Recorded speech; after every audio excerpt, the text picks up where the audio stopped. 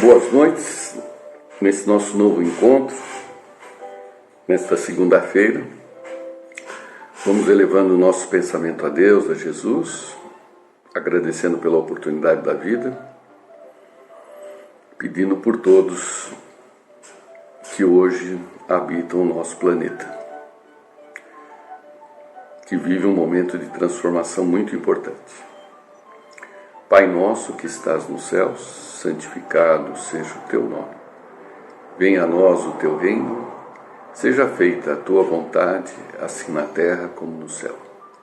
O pão nosso de cada dia nos dai hoje e sempre. Perdoa, Senhor, as nossas dívidas, assim como perdoarmos aos nossos devedores. Não nos deixeis cair em novas tentações, mas livra-nos do mal que existe dentro de nós mesmos. Porque é teu reino, o poder, a glória, a justiça, a esperança e o amor para todo sempre. Que assim seja. Então hoje que caiu no nosso Evangelho é do capítulo 21. Falsos cristos e falsos profetas. Os falsos profetas da erraticidade. Então o Evangelho, propriamente dito, diz o seguinte: porque não é boa a árvore que dá maus frutos, nem má a árvore a que dá bons frutos. Porque cada árvore é conhecida pelo seu fruto. Porque nem os homens colhem figo dos espinheiros, nem dos abrolhos vindimam uvas. O homem bom, do bom tesouro do seu coração tira o bem, e o homem mau, do mau tesouro tira o mal. Porque do que está cheio o coração, disso é que fala a boca. Lucas, capítulo 6, versículo 43 a 45.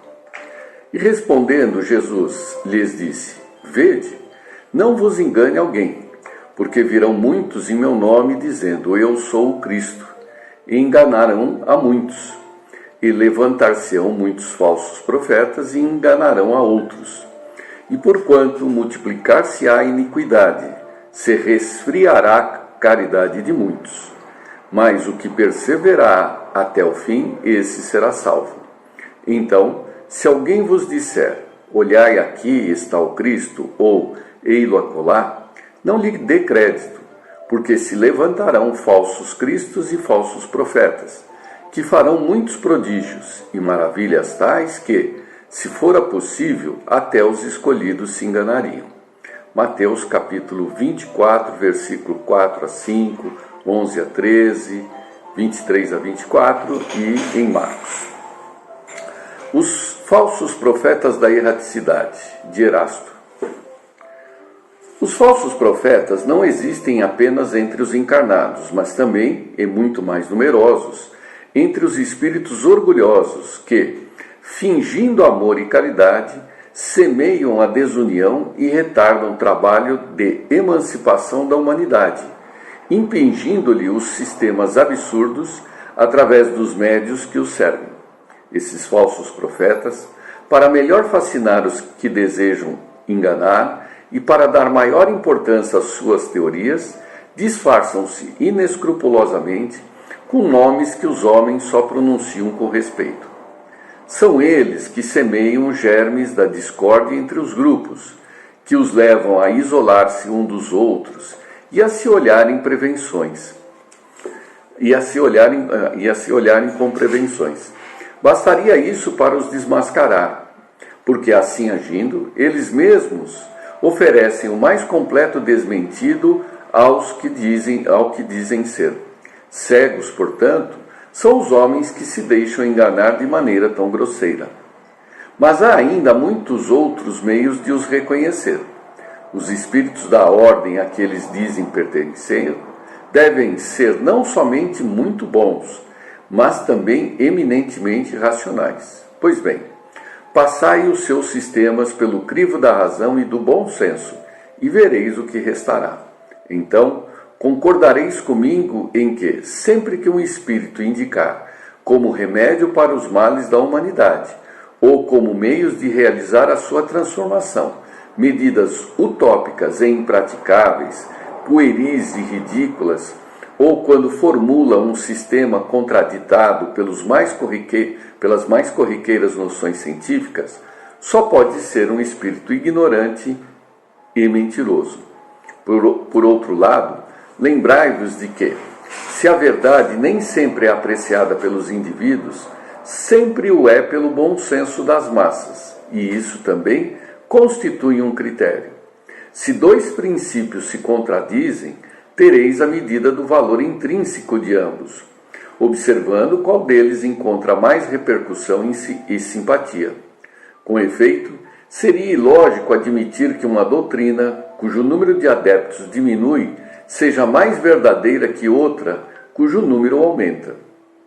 Deus, querendo que a verdade chegue a todos, não a confina num círculo restrito, mas a faz surgir em diferentes lugares, a fim de que por toda parte a luz se apresente ao lado das trevas. Repeli impiedosamente todos esses espíritos que se manifestam como conselheiros exclusivos, pregando a divisão e o isolamento. São quase sempre espíritos vaidosos e medíocres, que tentam pôr-se a pessoas fracas e crédulas, prodigalizando-lhes louvores exagerados, a fim de fasciná-las e dominá-las. São geralmente espíritos sedentos de poder que, tendo sido déspotas no lar ou na vida pública quando vivos, ainda querem vítimas para tiranizar depois da morte. Em geral, portanto, desconfiai das comunicações que se caracterizam pelo misticismo e a extravagância, ou que prescrevem cerimônias e práticas estranhas. Há sempre, nesses casos, um motivo legítimo de desconfiança. Lembrai-vos ainda de que, quando uma verdade deve ser revelada à humanidade, ela é comunicada, por assim dizer, instantaneamente a todos os grupos sérios que possuem médiuns sérios, e não a este ou aquele com exclusão dos outros. Ninguém é médium perfeito, se estiver obsedado, e há obsessão evidente quando um médium só recebe comunicações de um determinado espírito, por mais elevado que ele pretenda ser. Em consequência, todo médium e todo grupo que se julguem privilegiados em virtude de comunicações que só eles podem receber e que, além disso, se sujeitam a práticas supersticiosas, encontram-se indubitavelmente sob uma obsessão bem caracterizada, sobretudo quando o espírito dominante se vangloria de um nome que todos, espíritos encarnados e desencarnados, devemos honrar e respeitar, não deixando que seja comprometido a todo instante. É incontestável que, submetendo-se ao cadinho da razão e da lógica, todas as observações sobre os espíritos e todas as suas comunicações, será fácil rejeitar o absurdo e o erro.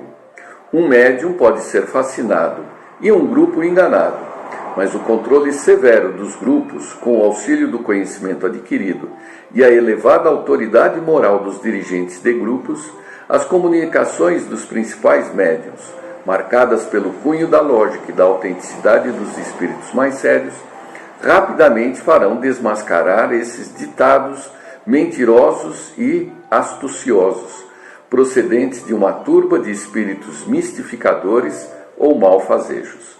E aí vem a observação, né? Ver na introdução o parágrafo 2º, Controle Universal do Ensino dos Espíritos, e ver-se no Livro dos Médiuns, capítulo 3 da Obsessão.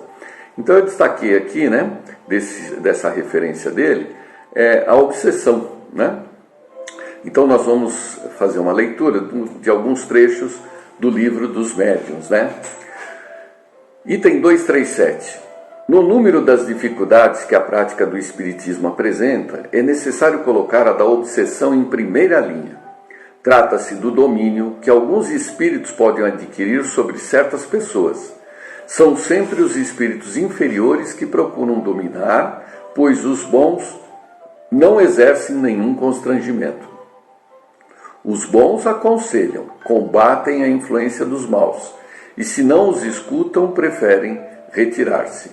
Os maus, pelo contrário, agarram-se aos que conseguem prender. Se chegam a dominar alguém, identificam-se com os espíritos da vítima e a conduzem, como se faz com uma criança. A obsessão, assim, apresenta características diversas, que precisamos distinguir com precisão, resultantes do grau do constrangimento e da natureza dos efeitos que este produz. A palavra obsessão é, portanto, um termo genérico, pelo qual se designa o conjunto desses fenômenos, cujas principais variedades são obsessão simples, a fascinação e a subjugação. No nosso caso particular, né, nós temos os processos obsessivos individuais, né? Mas o que enxergamos hoje é exatamente a prática da obsessão coletiva, né? Que aqui é colocado na forma de fascinação. Então, nós estamos observando, principalmente nas redes sociais, na mídia eletrônica e tudo mais, verdadeiros falsos profetas da erraticidade falando sobre o futuro, né? O futuro e o presente, né? E aí nós temos que distinguir a questão da veracidade disso, né? Do crédito que devemos dar a essas informações. E alguns deles são simples de observar. O primeiro, né, eu vou destacar só dois aqui, todos estão no Livro dos Médiuns e no texto da sessão de hoje, né? O que se destacam primeiro, a insistência de um espírito em comunicar-se, queira ou não, o médium pela escrita, pela audição, né, pela tipologia, opondo-se a outros espíritos que o façam. Ou seja, é sempre aquele espírito que quer passar uma mensagem, uma orientação, uma instrução, né?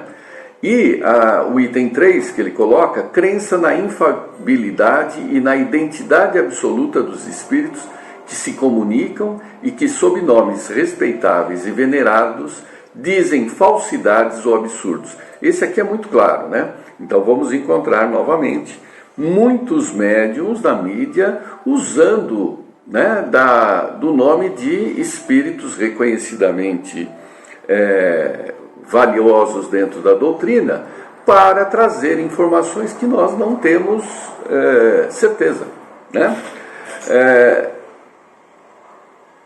O que a gente pode perceber é o seguinte, né, de tudo que Kardec coloca, da doutrina, né? Não há mensagem ou comunicação que não deva passar pelo crivo da razão individual e pelo crivo da razão coletiva, o senso comum. Não tem. Todos eles têm que passar pela tua própria razão e do grupo, né? Na verdade, o que os espíritos nos trazem, todos eles, é a sua própria opinião, né? E que, por ser uma opinião, né, nós temos que analisá-la e não absorvê-la cegamente, né? Mesmo as obras básicas de Kardec, nós temos que estudá-la, nós não temos que decorá-la. É diferente, decorar é absorver aquilo como uma verdade absoluta, não. Nós lemos aquilo, discutimos, estudamos, refletimos, né? Aprendemos as informações, né? Checamos as informações e não simplesmente decoramos a fala toda da doutrina, mesmo vindo de Kardec, né? Temos o direito de, inclusive, questioná-la. Aliás, é esse o ponto básico da doutrina, né? O questionamento, como Descartes, né? Penso, né? Questiono, né? Eu tenho que fazer isso. Por quê? Porque é a essência de cada espírito, questionar, pensar, raciocinar, né? E não seguir simplesmente as coisas. Mesmo os espíritos mais próximos que nos orientam ainda estão no processo de aprendizado próprio. Não quer dizer que eles não saibam o que fazer, mas eles sabem os princípios, né? Imagine um espírito nosso protetor que nos acompanha há décadas, né? Desde que nós encarnamos, ele é nosso protetor. Ele também está lidando com as criações e as invenções contemporâneas e as suas consequências. Então, um espírito que nos acompanha há décadas, ele não imaginava claramente que existiria um celular, um computador, a rede social e tudo mais. Então, ele também está se adequando a essas ferramentas para que elas sirvam, né, de exercício daquilo que temos que aprender, né? Então, não é a espiritualidade não é uma biblioteca, né, em que todas as nossas dúvidas nós vamos lá, tiramos da prateleira e já sabemos o que fazer. Não é nada disso, né? É uma construção, né? O que é implacável, o que é paradigma, o que é lei, o que é princípios, são justamente esses princípios, essas leis que Jesus nos trouxe e que a doutrina está reforçando, né? Esses são os princípios, essa é a bússola. Agora, a forma de trilhar o caminho específico que nós temos que percorrer, esse é individual de cada um, sob a ajuda desses que nos acompanham, né? Então, hoje, né, o que se busca através disso? A mudança da prática, das práticas morais, né? É comum agora a gente ouvir: o mundo não vai ser o mesmo daqui para frente. Mas não vai ser o mesmo como? O que não vai ser? É mesmo, o mundo tem que mudar. Mas é o mundo físico que vai mudar? Ou é o comportamento das pessoas neste mundo? Espera-se que seja... Espera-se não, né? Determina-se que a mudança seja de comportamento.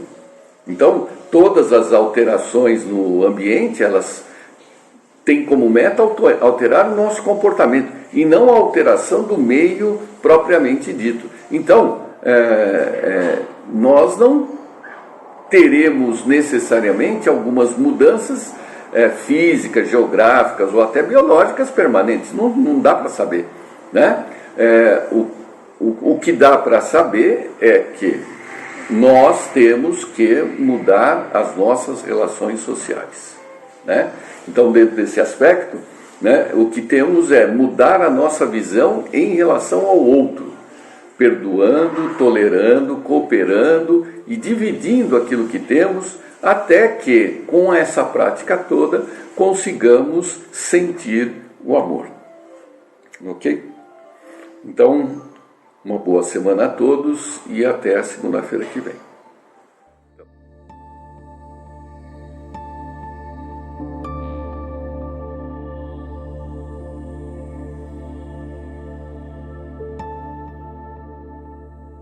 Boa noite a todos.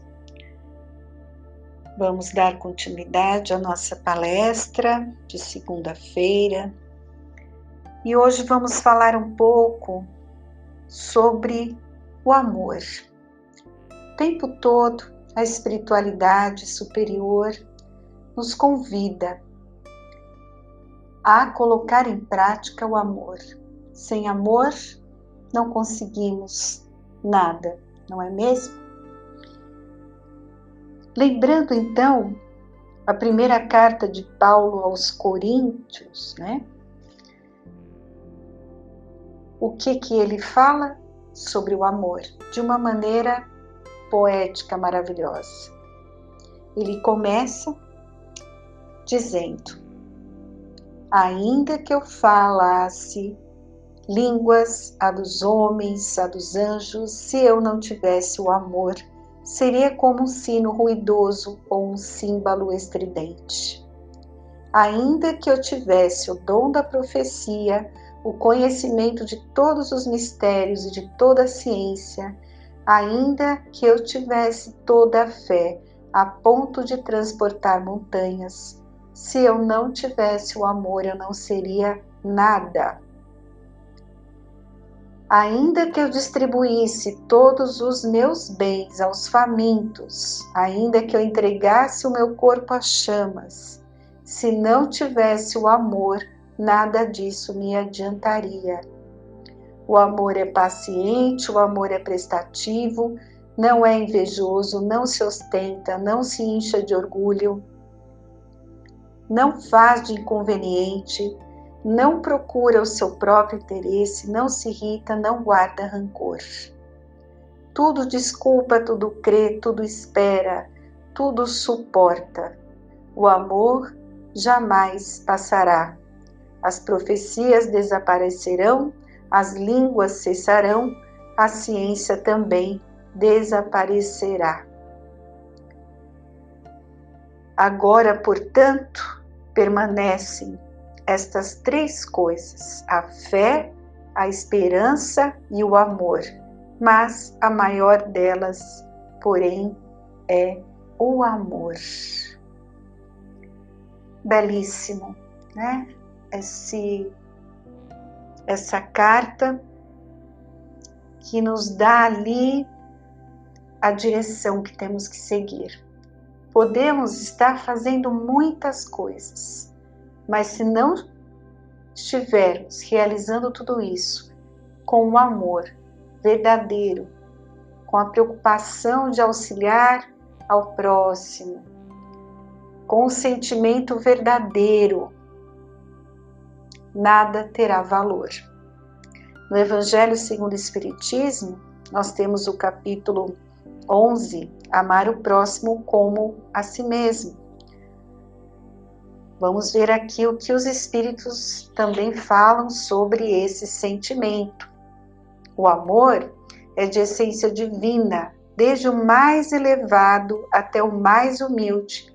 Todos vós possuis no fundo do coração a centelha desse fogo sagrado. Esse germe se desenvolve e cresce com a moralidade e a inteligência. Não acreditais na esterilidade e no endurecimento do coração humano, que cederá ao verdadeiro amor. Este é um imã a que ele não pode resistir, e o seu contato vivifica e fecunda os germes dessa virtude que estão latentes em vossos corações. Amai-vos e vereis muito em breve a terra modificada tornar-se um novo Eliseu, que as almas dos justos virão gozar o merecido repouso. É isso, amigos. O convite incessante da espiritualidade amiga para que nós nos amemos, né? Amai-vos uns aos outros como nosso Pai os ama. Leon Denis, no livro O Problema do Ser, do Destino e da Dor, ele tem um capítulo 25, que ele fala sobre o amor. Todo o poder da alma, ele resume-se em 3 palavras: querer, saber e amar. Querer é fazer convergir toda atividade, toda energia para o alvo que se tem de atingir. Desenvolver a vontade e aprender a dirigi-la. E é o despertar das nossas existências, né? Quando eu decido querer algo, eu quero me modificar, eu quero me transformar, eu quero ser uma pessoa melhor, e aí eu desenvolvo essa vontade. É isso que vai me direcionar a buscar o caminho, né? Porque ele fala, não basta somente querer, eu tenho que saber como eu vou conseguir atingir o meu objetivo. Então vamos ver o que ele fala sobre o saber. Então eu quero, mas eu tenho que conhecer o caminho, porque senão eu vou ficar um indivíduo cheio de boa vontade, mas sem buscar os recursos e sem ter as atitudes necessárias que eu preciso para atingir o meu objetivo. Saber, porque sem o estudo profundo, sem o conhecimento das coisas e das leis, o pensamento e a vontade podem transviar-se no meio das forças que procuram conquistar e dos elementos a quem aspiram governar.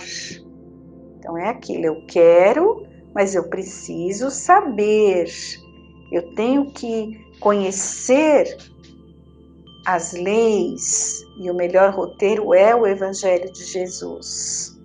para que eu possa realmente estar seguindo o caminho certo, né? E por fim, ele coloca que é preciso amar, porque sem o amor, a vontade e a ciência, que é o saber, seriam incompletas e muitas vezes estéreis. Então, o amor vai iluminar, vai fecundar e centuplicar os recursos. Então, gravem bem isso em seus corações. É o sábio Leon Denis, que foi o continuador ali dos ensinamentos de Kardec. Quando Kardec desencarnou, ele deu continuidade, escreveu vários livros de um conteúdo belíssimo, poético, né, filosófico, e ele fala de todos os temas assim com uma beleza de expressão maravilhosa. Então, gravem isso em seus corações. Querer, saber e amar. Se eu gravar isso e levar ali a minha vida nesse caminho de sempre ter boa vontade de aprender, boa vontade de combater as minhas imperfeições, de saber como, de aprender, o estudo, ele é alimento para nossas almas. É tão importante o estudo. Tem uma frase que é muito bonita, né? Vejam só, falam que o médium que não estuda, ele assemelha-se a um barco que em alto mar esteja sendo conduzido por quem não conhece as correntezas, a mecânica dos ventos, as coordenadas cartográficas e o mapa da região. Seu destino é, consequentemente, o isolamento e o naufrágio. Então, o Espiritismo é uma doutrina que abrange todo o conhecimento humano, acrescentando-lhe as dimensões espirituais que lhe faltam para a visualização da realidade total. O mundo é o seu objeto, a razão é o seu método e a mediunidade é o seu laboratório. Então, o problema não está na necessidade ou não do estudo, e sim na falta de interesse pelo mesmo. Então, esse interesse pelo estudo é algo que está resgatável. Todos nós podemos tomar essa decisão de começar a estudar, de querer aprender, que está ao alcance de todos. Então, a gente tem que buscar isso, buscar esse saber, para que a gente tenha uma melhor compreensão da vida. Então, muito importante. E aí ele continua falando do amor, né? Não se trata aqui do amor que contempla sem agir, mas do que se aplica a espalhar o bem e a verdade pelo mundo. A vida terrestre é um conflito entre as forças do mal e as do bem. E o dever de toda a alma viril é tomar parte no combate, trazer-lhe todos os seus impulsos, todos os seus meios de ação, lutar pelos outros, por todos aqueles que se agitam ainda na via escura.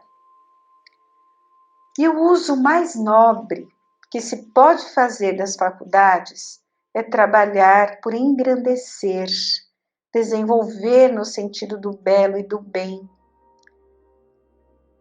a civilização, a sociedade humana, que tem as suas chagas, sem dúvida, mas que é rica de esperança e magníficas promessas. Amemos, pois, com todo o poder do nosso coração. Amemos até o sacrifício, como Joana d'Arc amou a França, como Jesus, o nosso mestre, amou a humanidade. O maior exemplo que nós temos, que é o Mestre Jesus. E todos aqueles que nos rodeiam receberão nossa influência, sentisse eu nascer para a nova vida. E ele faz aqui um pedido, né? Vejam que bela essa convocação de Leon Denis. Ó homem, procura em volta de ti as chagas a pensar, os males a curar, as aflições a consolar. Alarga as inteligências, guia os corações transviados, associa as forças e as almas, trabalha para ser edificada a alta cidade de paz e de harmonia, que será a cidade de amor, a cidade de Deus. Vai, ilumina, levanta, purifica. E que importa que riem de ti?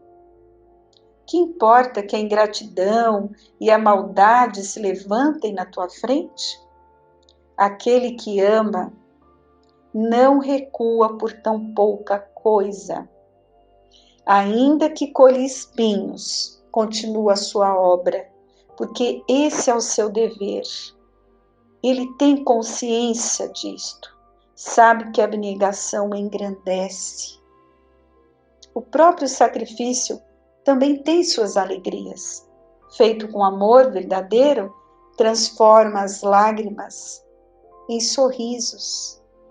Faz nascer em nós alegrias desconhecidas, totalmente daquele que é egoísta, daquele que se compraz na maldade. Para aquele que sabe amar, as coisas mais vulgares são de interesse.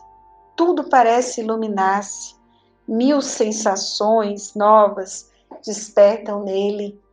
Ele encontra a paz do coração, porque o dever cumprido fielmente lhe traz esta paz.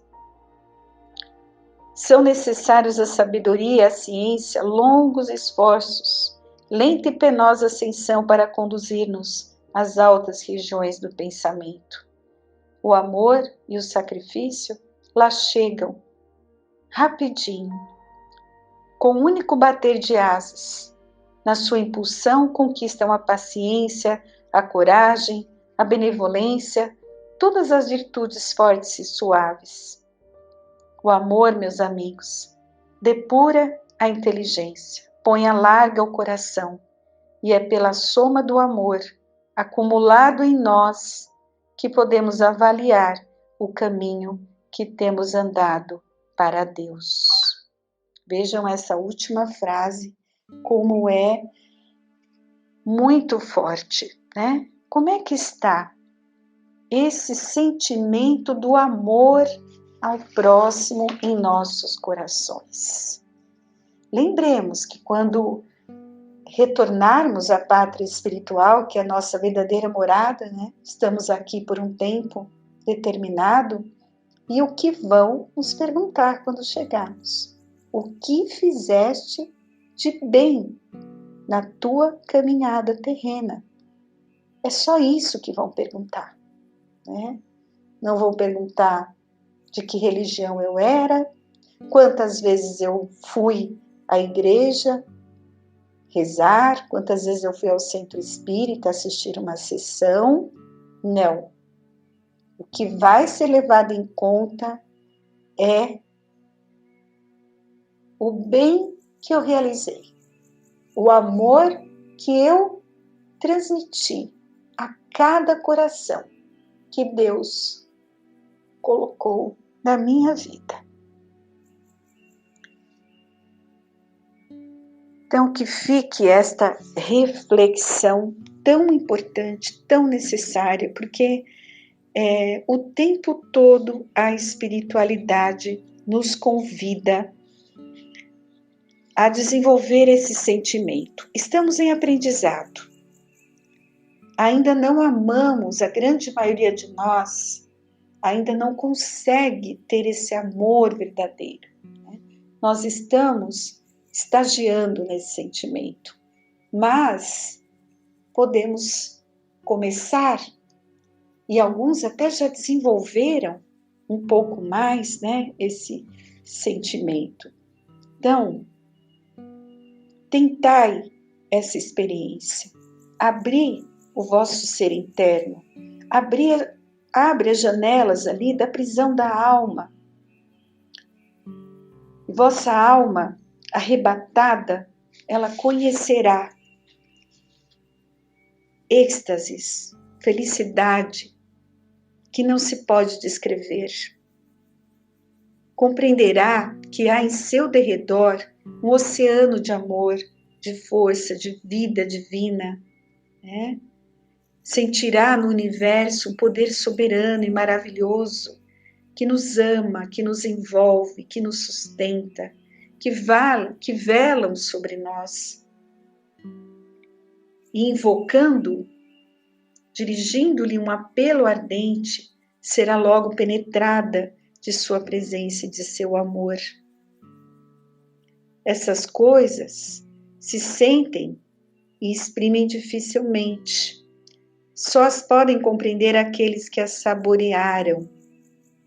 Mas todos nós podemos chegar a conhecê-las. Como foi dito, nós temos o potencial divino em nós.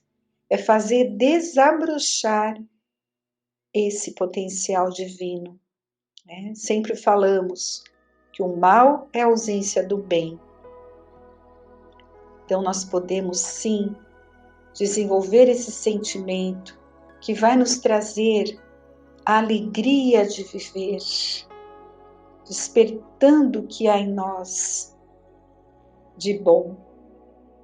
Não há homem, por mais perverso, por pior que seja, que numa hora de abandono e sofrimento não veja abrir-se uma fresta por onde um pouco da claridade, um pouco de amor se filtrem até ele.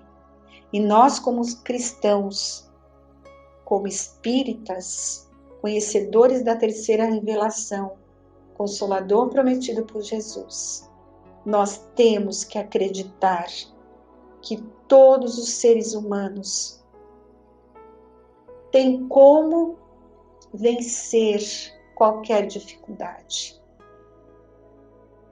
Nós temos que ter essa consciência de acreditar que aquele ser pode sim ser uma pessoa melhor e ajudá-lo a enxergar isso. Conhece a verdade e a verdade te libertará.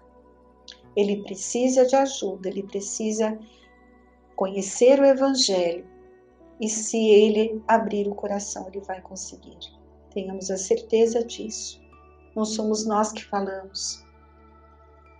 Foi o nosso Mestre Jesus. Conhece a verdade e a verdade te libertará. Tudo é possível para aquele que crê. Essas duas frases resumem tudo. E basta, meus amigos, experimentar uma vez essas sensações para que a gente não esqueça nunca mais, né? E quando chegar a dor, o declínio da vida, né?